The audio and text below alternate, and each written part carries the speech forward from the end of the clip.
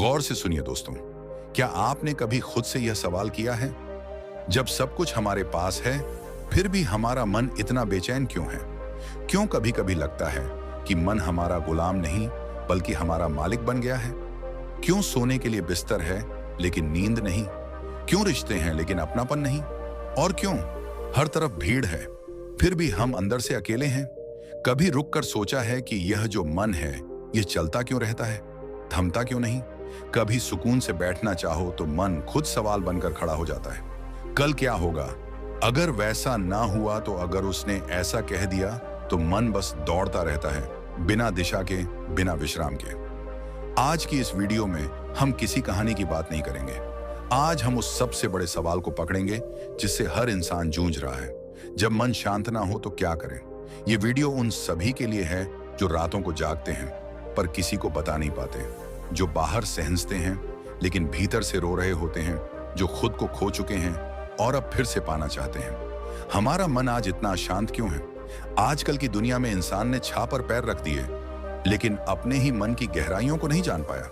हम भाग रहे हैं लगातार, काम के पीछे, नाम के पीछे, रिश्तों के पीछे, वैलिडेशन के पीछे, पर यह दौड़ कभी पूरी नहीं होती और हर अधूरी दौड़ एक नई बेचैनी लेकर आती है। गौतम बुद्ध ने कहा था, तुम्हारा सबसे बड़ा शत्रु बाहर नहीं है, वो तुम्हारे अंदर बैठा है, तुम्हारा अस्थिर मन। आज का इंसान हर चीज कंट्रोल करना चाहता है। लोग क्या कहें, जिंदगी कैसे चले, भविष्य कैसा बने, पर वो एक चीज जो वाकई कंट्रोल करनी चाहिए थी, खुद का मन, वो सबसे ज्यादा उपेक्षित रह गया।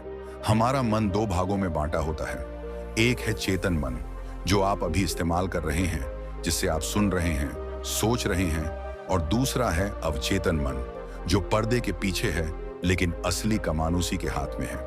95% फैसले, भावनाएं, डर, आदतें सब अवचेतन मन से नियंत्रित होती हैं। और सबसे बड़ी बात, यह अवचेतन मन कभी नहीं सोता। जब आप सपने में गिरते हैं, डरते हैं, जाग जाते हैं, तो दरअसल वह अवचेतन मन की प्रतिक्रिया होती है। गौतम बुद्ध ने यही कहा, जब तक तुम खुद को नहीं जानोगे तब तक कोई भी शिक्षा तुम्हें मुक्ति नहीं दे सकती। और खुद को जानना यानी अपने मन को समझना। बुद्ध कोई धर्म नहीं, वह एक दिशा है। उन्होंने हमें मन को पढ़ने की विधि दी, ध्यान, जागरूकता और स्वीकृति। बुद्ध ने एक बात बहुत साफ कही थी, मन की गति बहुत तेज है लेकिन वह तुम्हारी आज्ञा से ही चलती है, बशर्ते तुम उसे जान लो। उन्होंने एक ऐसी ध्यान प्रणाली दी जिसे कहते हैं विपश्यना ध्यान। इसमें हम केवल अपनी सांस को देखते हैं, ना कोई मंत्र, ना कोई कल्पना, बस ऑब्जर्वेशन। क्यों? क्योंकि सांस ही एकमात्र ऐसी चीज है जो शरीर और मन को जोड़ती है। जैसे ही तुम सांस पर ध्यान दो, तुम मन की पकड़ से धीरे धीरे बाहर निकलने लगते हो। आज न्यूरोसाइंस, तंत्रिका विज्ञान भी यही कह रहा है जो बुद्ध 2500 साल पहले कह गए थे। जब हम ध्यान करते हैं तो ब्रेन में प्रीफ्रंटल कॉर्टेक्स सक्रिय होता है, जो निर्णय लेने और भावनाओं को संतुलित करने के लिए जिम्मेदार होता है। डॉक्टर्स आज एंजाइटी और डिप्रेशन के इलाज में माइंडफुलनेस मेडिटेशन को अपनाने लगे हैं। यह सिद्ध हो चुका है कि सिर्फ 15 मिनट का ध्यान रोज आपकी सोच, भावनाएं और निर्णय क्षमता को पूरी तरह बदल सकता है। बुद्ध ने कहा था, तुम वही बन जाते हो जो तुम पूरे दिन सोचते हो। और मॉडर्न साइकोलॉजी कहती है, न्यूरॉन्स की फायर टुगेदर वायर। टुगेदर यानी जो विचार बार बार आते हैं वह आपके मस्तिष्क का स्थायी पैटर्न बन जाते हैं। तो अगर हम मन को सही दिशा में ना मोड़े तो यह खुद ही हमें गलत दिशा में बहा ले जाएगा। बुद्ध का एक और अमूल्य वाक्य, मन तुम्हारा नौकर है लेकिन अगर तुम उसे काबू में ना रखो तो वह एक क्रूर स्वामी बन जाता है। आज यही हो रहा है। हमारा मन जो केवल सोचने, समझने और सहायता करने के लिए था, वो आज हमारे दुखों का केंद्र बन गया है। हम सोचते हैं, फिर चिंता करते हैं, फिर उस चिंता से डरते हैं और उस डर से भागते हैं, और यह साइकिल कभी नहीं रुकती। बुद्ध यही कहते हैं, तुम्हारे दुख का कारण बाहर नहीं, भीतर है, तुम्हारा खुद से अलग हो जाना। जब मन शांत होता है तो आप पहली बार जीना शुरू करते हैं। आप सुन सकते हैं, देख सकते हैं, महसूस कर सकते हैं। शांत मन शाक स्पष्ट दृष्टि, शांत मन शाक स्थिर निर्णय, शांत मन शांत आत्मा से जुड़ाव। जो लोग ध्यान करते हैं उन्होंने यह अनुभव किया होगा कि जैसे जैसे मन शांत होता है, समय की गति धीमी लगती है, क्योंकि अब आप सिर्फ बाहर नहीं, भीतर भी देखने लगे हैं। आपका अवचेतन मन वो महासागर है जो अगर नियंत्रित हो जाए तो आप अपने जीवन की दिशा पूरी तरह बदल सकते हैं। आप रोगों को हरा सकते हैं, भय को मिटा सकते हैं, क्रोध को जलाकर राख कर सकते हैं। यही है आत्मविजय, जो दुनिया की हर जीत से बड़ी है। इसीलिए अगली बार जब आपका मन अशांत हो, बेचैन हो, रोना चाहे या चिल्लाना चाहे, तो एक पल रुकिए, अपनी सांस पर लौटिए, बुद्ध की तरह बैठ जाइए और खुद से कहिए, मन, तू मेरा हिस्सा है, मेरा स्वामी नहीं। क्योंकि जिस दिन आपने अपने मन को जीत लिया, उस दिन आपको कोई और जीतने की जरूरत ही नहीं रह जाएगी।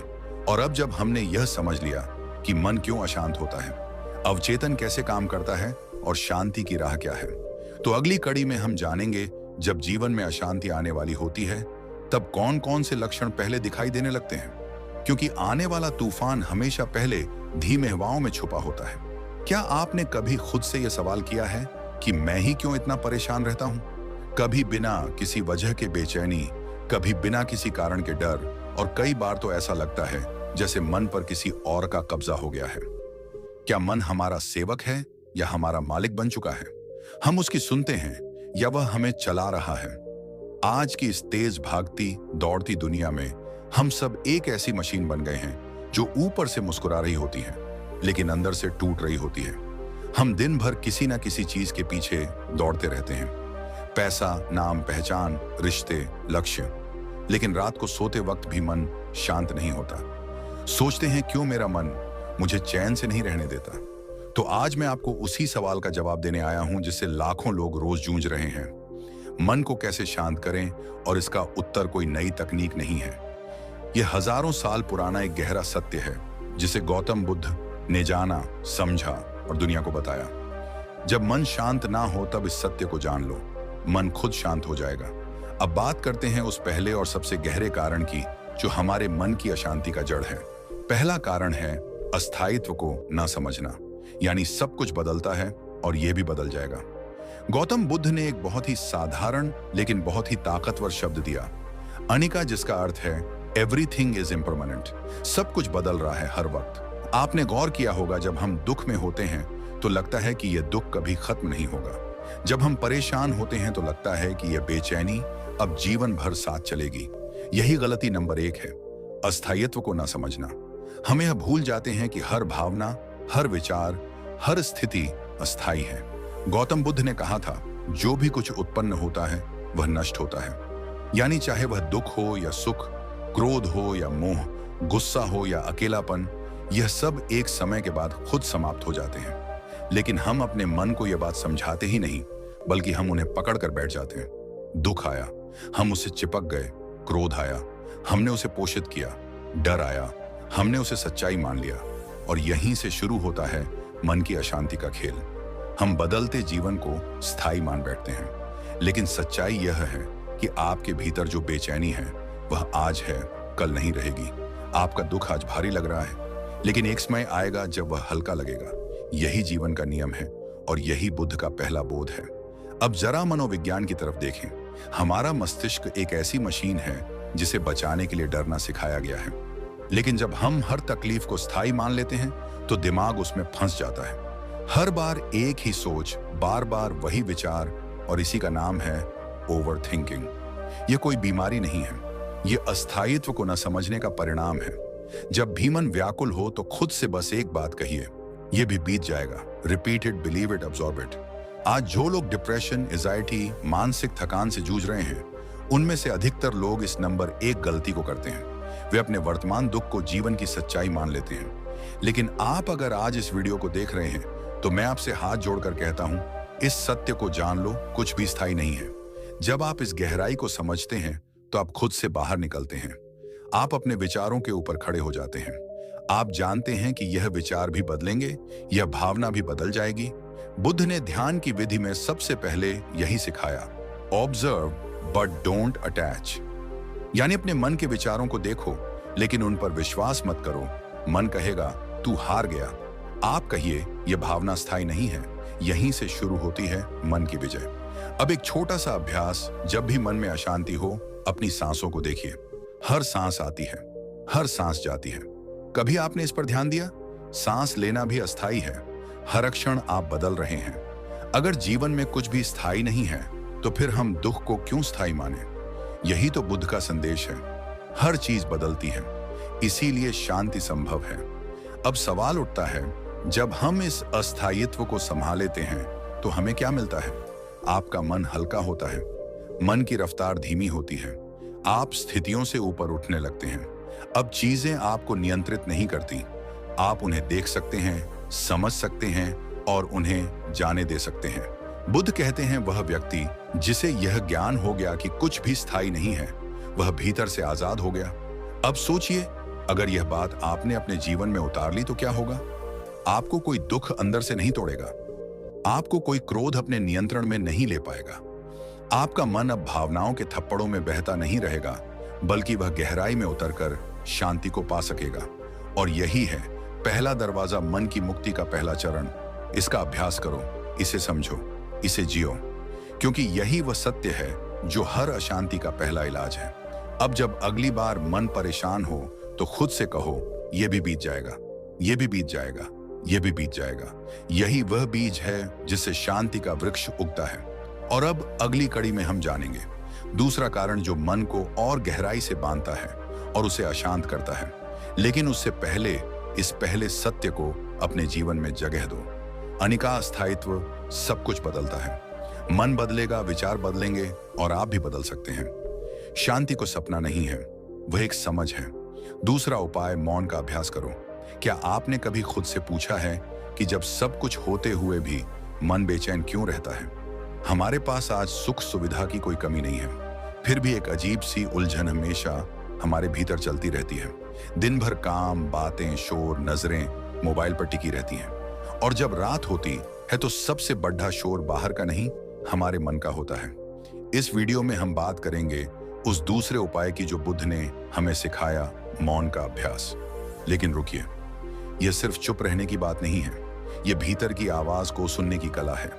यह अपने अस्तित्व को महसूस करने का रास्ता है। गौतम बुद्ध, जिनका जीवन ही शांति और आत्मज्ञान की मिसाल है, उन्होंने मौन को साधना की सबसे गहन अवस्था माना।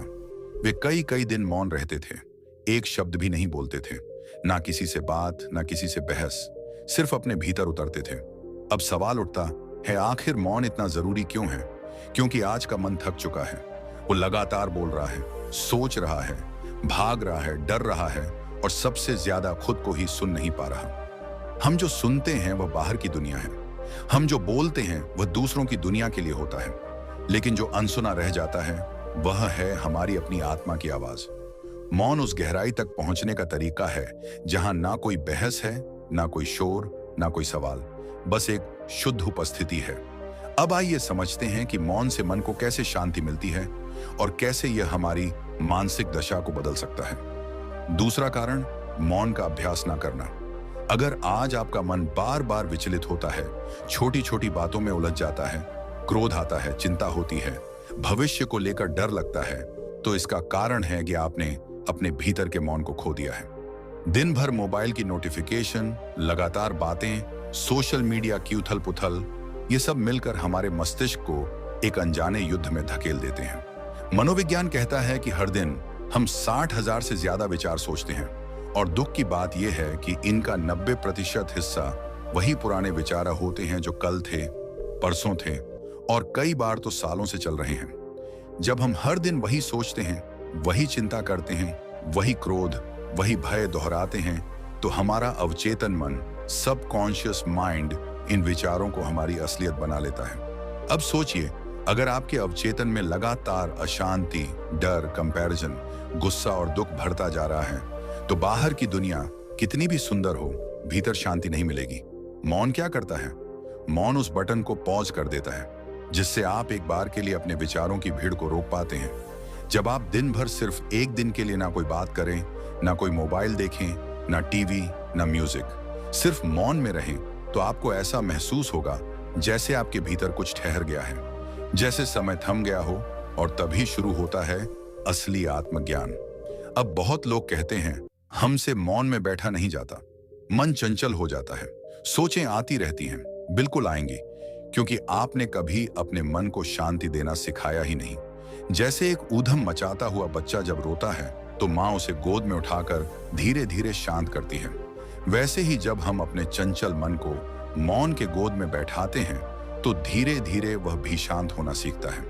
मौन सिर्फ बाहर का ना होना नहीं है, यह भीतर का रुकना है। अब यहाँ एक वैज्ञानिक दृष्टिकोण भी है जो बुद्ध की इस शिक्षा को प्रमाणित करता है। आधुनिक न्यूरोसाइंस यह सिद्ध कर चुकी है कि जब इंसान ध्यान या मौन में जाता है तो उसका ब्रेन वेव पैटर्न अल्फा और थीटा की अवस्था में आ जाता है, जो शांति, रचनात्मकता और गहरे मानसिक संतुलन की स्थिति होती है। इस अवस्था में अवचेतन मन सक्रिय होता है और तभी वह हीलिंग और ट्रांसफॉर्मेशन शुरू करता है। इसका मतलब यह है कि सिर्फ दिन भर मौन रहना ही नहीं, बल्कि उस मौन को जागरूकता के साथ जीना आपकी आत्मा और मस्तिष्क के बीच एक सेतु बना देता है। अब बात करते हैं उस अनुभव की जो आप मौन में पाते हैं। जब आप एक दिन मौन में होते हैं, शुरुआत में बेचैनी होती है, बोरियत होती है, मन बार बार बोलेगा, शरीर उठने को कहेगा। लेकिन यदि आप इस बेचैनी को पार कर लें तो आप अपने भीतर एक ऐसा नीला आकाश देखेंगे जिसमें कोई बादल नहीं होगा। उस क्षण आपको जीवन के हर सवाल का जवाब अपने भीतर मिल सकता है। बुद्ध यही कहते हैं, जो उत्तर बाहर खोज रहे हो वह तुम्हारे भीतर मौन में मौजूद है। आपने गौर किया होगा, जब हम किसी पहाड़ पर जाते हैं, समुद्र किनारे जाते हैं या किसी मंदिर में, वहां का शांत वातावरण हमें भीतर तक सुकून देता है। क्यों? क्योंकि वहां मौन है। लेकिन असली सवाल यह है कि क्या आप वह मौन अपने भीतर ला सकते हैं? उत्तर है हाँ। अब यह मत सोचिए कि इसके लिए आपको जंगल में जाना होगा या आश्रम में रहना होगा। नहीं, बस एक दिन तय करिए अपने लिए। एक दिन जहां आप सुबह से रात तक मोबाइल नहीं चलाएंगे, किसी से बात नहीं करेंगे, टीवी, म्यूजिक सब बंद, बस बैठेंगे अपने साथ। शुरुआत में 10 मिनट, फिर 30 मिनट, फिर एक दिन, और धीरे धीरे यह मौन आपकी ऊर्जा बन जाएगा। और उस मौन में आप जो अनुभव करेंगे वह किसी भी किताब, किसी भी प्रवचन या किसी भी वीडियो से कहीं ज्यादा गहरा होगा।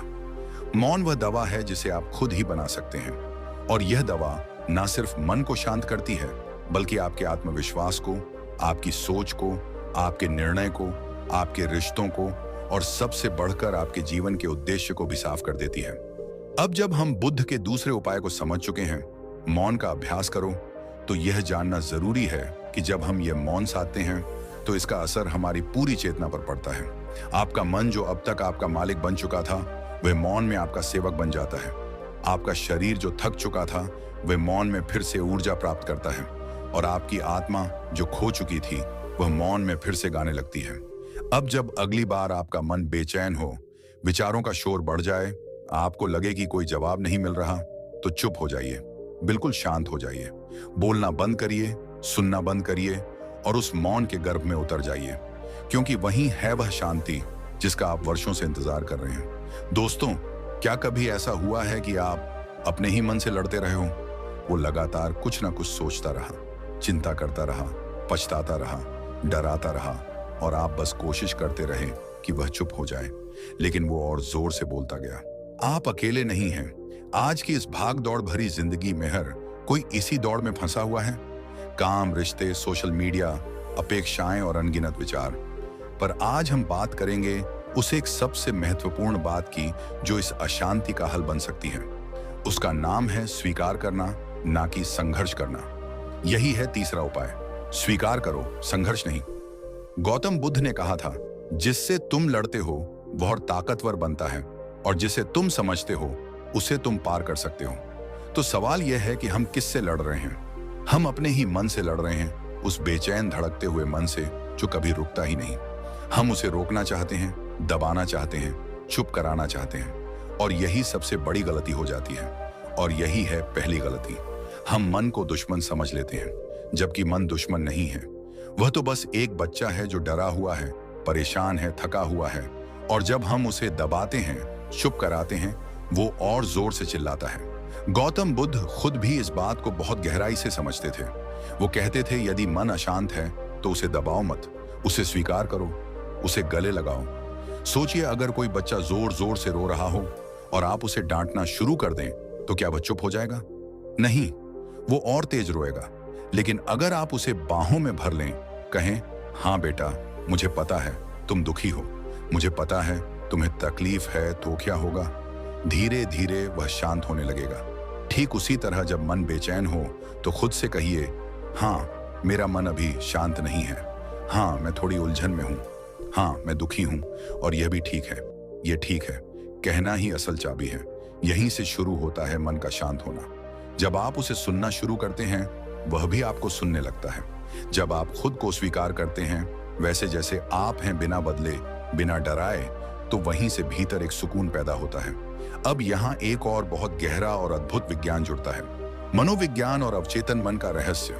हमारा अवचेतन मन वो जगह है जहां हमारी सारी यादें, भावनाएं, डर, दुख, आंसू और पुराने अनुभव दबे रहते हैं। जब आप अपने विचारों से लड़ते हैं तो आप दरअसल अपने अवचेतन मन के साथ लड़ रहे होते हैं, और अवचेतन मन को आप दबा नहीं सकते। वह हर बार नए रूप में लौट आता है, कभी गुस्से में, कभी चिंता में, कभी डिप्रेशन में। यही है दूसरी गलती। हम अपने भीतर के दर्द को दबाते जाते हैं और फिर शरीर थकता है, मन टूटता है, आत्मा उदास हो जाती है। पर अब सवाल यह है कि इसे बदलें कैसे?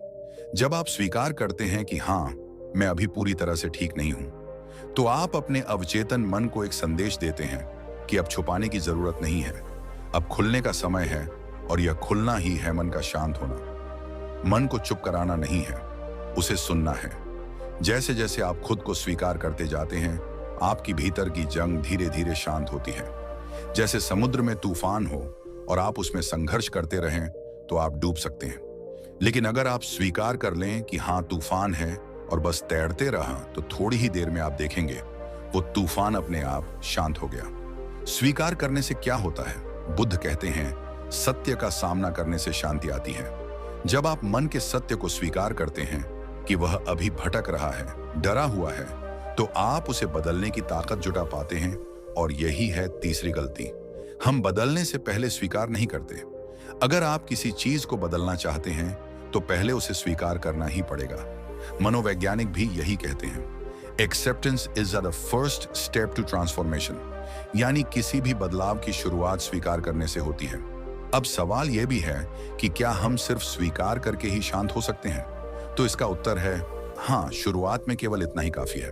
अगर आप रोज केवल 5 मिनट के लिए भी अपने मन से कहें, मैं तुम्हारी बातें सुन रहा हूं, तुम जैसे हो वैसे हो और मैं तुम्हें बदलना नहीं चाहता, तो आपको आश्चर्य होगा कि कितनी तेजी से आपका मन खुद ब खुद शांत होने लगेगा। गौतम बुद्ध ने ध्यान की शुरुआत भी स्वीकार से की थी। उन्होंने जीवन की सच्चाइयों को स्वीकारा कि जीवन में दुख है, पीड़ा है, अस्थिरता है, और वहीं से उन्होंने भीतर की खोज शुरू की। अगर आप भी यह चाहते हैं कि मन आपका सेवक बने, मालिक नहीं, तो पहले उसे अपनाइए, स्वीकार कीजिए, गले लगाइए। उससे कहिए, मैं जानता हूं तू परेशान है, लेकिन मैं तेरे साथ हूं। मन शांत करना कोई युद्ध नहीं है, यह एक प्रेमपूर्ण संवाद है, और इस संवाद की शुरुआत स्वीकार से होती है। अब जब हम यह समझ चुके हैं कि मन को दबाने की नहीं, समझने की जरूरत है, तो अगले भाग में हम जानेंगे कि जब यह बेचैन मन बार बार वही पुराने डर, पछतावे और चिंता के विचार लाता है, तो उस चक्र को कैसे रोका जाए। वह क्या है जो इस मन को बार बार भूत और भविष्य में ले जाता है, और हम कैसे उसे वर्तमान में टिकाना सीखें। क्या आपने कभी खुद से यह सवाल पूछा है कि जब मैं सब कुछ ठीक कर रहा हूं, फिर भी मन क्यों बेचैन रहता है? क्यों मन बिना वजह घबराता है, डरता है, थकता है, और कभी कभी तो ऐसा लगता है जैसे मन ही हमारा दुश्मन बन गया है। आप ऑफिस में हैं, घर में हैं, या किसी रिश्ते में, हर जगह एक बात समान है, हमारा मन शांति नहीं पकड़ता। यह हर समय भागता रहता है, सोचता रहता है, डरता रहता है। यह हमें आराम से जीने नहीं देता, और इसी भागते हुए मन की वजह से आज करोड़ों लोग डिप्रेशन का शिकार हो चुके हैं। लोग बाहरी शोर को तो बंद कर देते हैं, लेकिन अंदर के शोर को कैसे बंद करें यह नहीं जानते। इंसान ने चांद पर कदम रख दिया, मगर अपने ही मन में उतरना नहीं सीखा। लेकिन आज हम आपको एक ऐसी बात बताएंगे जो सिर्फ आपकी जानकारी नहीं बदलेगी, बल्कि आपका पूरा जीवन बदल सकती है। यह उपाय है चौथा उपाय, ध्यान, मेडिटेशन, विशेष रूप से विपश्यना। गौतम बुद्ध कहते हैं, मन को समझना है तो उसे शांत देखो, भागते हुए नहीं। अब जरा रुकिए और सोचिए, जब कोई नदी बहुत तेज बहती है तो क्या आप उसके तल को देख सकते हैं? नहीं ना। मगर जब पानी शांत हो जाता है तब नीचे की हर चीज साफ दिखाई देती है। ठीक वैसे ही जब आपका मन शांत होगा, तभी आप अपने विचारों को, भावनाओं को और अपने असली स्वरूप को समझ पाएंगे। और यही शांति आती है ध्यान से, यानी विपश्यना से। विपश्यना मतलब चीजों को वैसे देखना जैसे वह हैं, न कि जैसे आप उन्हें देखना चाहते हैं। जब आप हर दिन सिर्फ 10 से 15 मिनट ध्यान करते हैं, अपनी सांसों को बस महसूस करते हैं, तो धीरे धीरे मन के भीतर छुपी सारी गंदगी ऊपर आने लगती है। डर, चिंता, गुस्सा, ईर्ष्या, सब कुछ। और आप उन्हें दबाते नहीं, बस देखते हैं, और यही देखना, यही अवेयरनेस ही धीरे धीरे उन्हें मिटा देता है। ध्यान करना कोई कठिन प्रक्रिया नहीं है। आपको किसी गुफा में बैठने की जरूरत नहीं। बस आंखें बंद कीजिए, पीठ सीधी रखें और सांसों पर ध्यान दें। बस इतना ही। सांस आ रही है, जा रही है, कोई सोच आए तो आने दीजिए, बस उन्हें पकड़िए मत। वह बादल की तरह आएंगे और चले जाएंगे। यहाँ एक खास बात समझिए, जैसे हम दिन भर शरीर को गंदा करते हैं और नहाकर उसे साफ करते हैं, वैसे ही हमारा मन भी दिन भर चिंता, लालच, कंपैरिजन और दुखों से गंदा होता है। ध्यान उस मन की सफाई है। मनोविज्ञान कहता है कि मनुष्य का 50% जीवन उसके अवचेतन मन से चलता है। यानी आप जो सोचते हैं, जो निर्णय लेते हैं, वह सिर्फ 5% सच होते हैं। बाकी 25% तो आपके बचपन के अनुभव, डर और भावनाओं का संग्रह होता है, जिसे आपने कभी ठीक से देखा ही नहीं। ध्यान आपको अवचेतन मन तक ले जाता है, आपको वह सब दिखाता है जो अब तक छुपा हुआ था। जब आप ध्यान करते हैं तो आपका दिमाग अल्फा वेव्स में चला जाता है। यह वही अवस्था है जब आप गहरे विश्राम में होते हैं, लेकिन पूरी तरह जागरूक होते हैं। इस अवस्था में आपकी लर्निंग एबिलिटी बढ़ती है, आपकी क्रिएटिविटी बढ़ती है और डिसीजन मेकिंग पावर भी बहुत तेज हो जाती है। आपको जानकर हैरानी होगी कि NSA, गूगल और कई बड़ी कंपनियों में आज ध्यान को प्रोडक्टिविटी और मेंटल स्ट्रेंथ बढ़ाने के लिए जरूरी मान लिया गया है। मगर गौतम बुद्ध ने हजारों साल पहले ही यह बात जान ली थी। बुद्ध के अनुसार ध्यान का अभ्यास सिर्फ मन को शांत नहीं करता, बल्कि आपके भीतर छुपी साक्षी भाव को जागृत करता है। यानी आप परिस्थितियों में उलझते नहीं, उन्हें बस देखते हैं, जैसे कोई दर्शक देखता है। और जैसे जैसे आप इस अभ्यास को रोज करते हैं, आप अपने मन के मालिक बन जाते हैं। मन अब आपको नहीं चलाता, आप मन को चलाते हैं। और जब मन आपके नियंत्रण में आ जाता है, तो जीवन का हर क्षेत्र बदलने लगता है। आपकी नींद बेहतर होती है, रिश्ते मजबूत होते हैं, आत्मविश्वास बढ़ता है और सबसे बड़ी बात, आप भीतर से शांति महसूस करने लगते हैं, जो दुनिया की कोई चीज नहीं दे सकती। अब आप खुद सोचिए, जब यह चौथा उपाय ध्यान इतना प्रभावशाली है, तो क्यों ना आज से ही इसकी शुरुआत की जाए। सिर्फ 10 मिनट रोज। मन अगर शांत ना हो तो भागिए मत, बैठ जाइए और अपनी सांस को महसूस कीजिए। शांति बाहर नहीं है, वह भीतर है, और ध्यान वह रास्ता है जो आपको वहां तक ले जाता है। और याद रखिए, यह उपाय चौथे नंबर की उस बहुत बड़ी गलती का समाधान है जो आज की दुनिया में लगभग हर व्यक्ति करता है, करना। हम हर चीज के लिए समय निकालते हैं, फोन, टीवी, इंस्टाग्राम, लेकिन अपने मन की सफाई के लिए नहीं। इसलिए अगर आप इस गलती से बचना चाहते हैं, तो आज से ही ध्यान की शुरुआत कीजिए।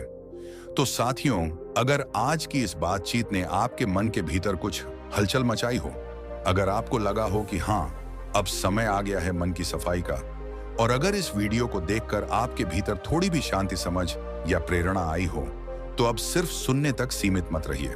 आज से ही ध्यान की शुरुआत कीजिए।